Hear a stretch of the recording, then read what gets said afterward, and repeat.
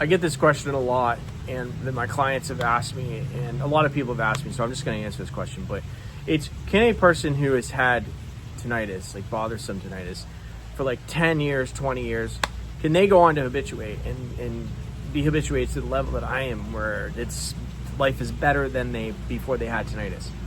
The answer to this question is going to surprise you. So stick around for this entire video because it's going to get good. In short, yes, they can. Here's what would hinder that and what does hinder that, and here's how they would go about doing that. So if you're a person who's at it for like 20 years and you're wondering like, how can I habituate to the level that you have, I'm going to break it down. I'm going to actually give you a path forward so you can do that.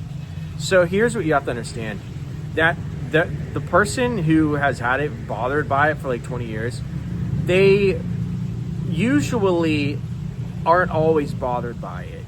It's like a 50-50, right? Or a 60-50, or like 60% of the time they are bothered by it, but then 40% of the time that they're not. But then they're not usually aware when they're not aware of the tinnitus, because they're probably out living their life. So there might be moments where they don't notice it. It might be slim, it might be not that much, but as soon as they are aware of it, their brain has labeled it for 20 years. So they're like, oh, this sucks. Oh, I've had this tinnitus thing for my entire life, and blah, blah, blah, blah, blah, blah, blah. And they don't question their brain. They just take it as gospel truth. So they're not aware. Like, they're not bound thinking like, well, I'm not aware of it for like half the day, right? I was playing with my kids and I wasn't aware of it.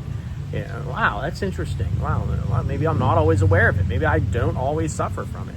They're not usually that aware, self-aware.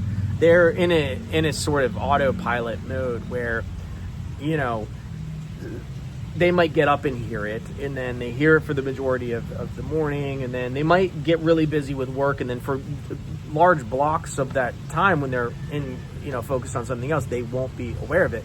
But then once the tinnitus comes back in, also the thoughts come back in about it, right? Like, I can't believe I have to deal with this. I've dealt with this for 20 years. And they might Google forums and stuff like that.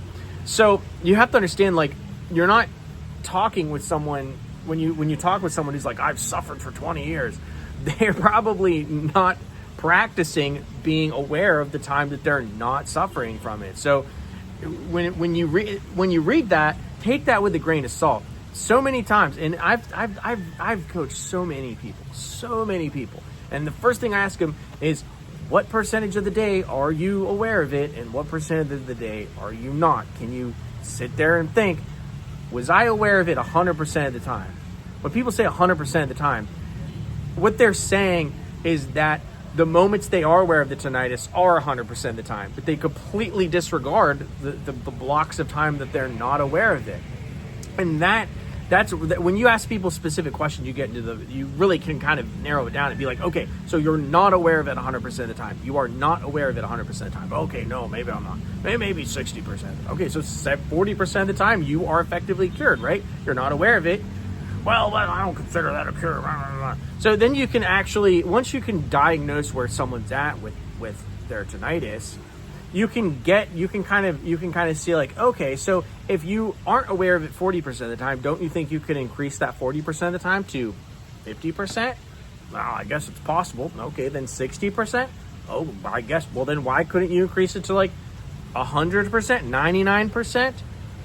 Well, I guess you could. Yeah, okay, so then you could recover from it. You could go on to not hear it, not know it. And is it possible that you could change your label to it? Like, does tinnitus have to suck? Could it just be a neutral response? I guess it doesn't have to. I guess it doesn't have to suck. I guess if I wasn't aware of it, I guess if it doesn't impede my life, I guess if I never really noticed it, and when I did, it didn't bother me, and it didn't interfere with my life, and it didn't change the trajectory of my life, and I could go on to live an incredible life and do what I'm doing and live your dreams, then it wouldn't suck, right? Well, no, I guess it wouldn't suck. Okay, so then it doesn't have to suck, and you don't have to be aware of it at all, basically. And when you are aware of it, it doesn't have to make you suffer. So then wouldn't you say that's cured? Yes. Yes. Whatever name you want to give it, yes, it's cured. Now, I know people have a tough time with language here, but what I just explained is cured. And so that's how you would take someone that suffered for 20 years, right? And you would break it down like that. You would walk them through it, and you would repeat the steps that someone like me had done to get to where I'm at. You would just walk them through those steps. But the biggest hurdle would be if someone spent 20 years in repeating the same psychological patterns. Those are really hard to break. It's not that they can't. It's just that in their mind they've gotten so used to believing those thoughts that they can't recover, they can't go on, they can't this, they can't that, can't this, can't that, can't this, can't that. Victim mindset. That trying to convince someone that they're not a victim, they're an overcomer. That's all the battle. Okay, it's not that their brain can't habituate. It's that trying to convince someone and talk someone out of their prison that they've become comfortable in. That's the hardest part, is convincing people that they don't have to suffer. So yeah, it's depressing stuff. You don't have to suffer. You can go live your dream life and recover. Anyway, if you want more information on this, or you want someone to show you how to do that, head on over to tinnitus.health, pop that in a web browser, pick up my free training. Watch it. It's completely free. You make it through the training. I have a tinnitus survivor kit and a free tinnitus profile test.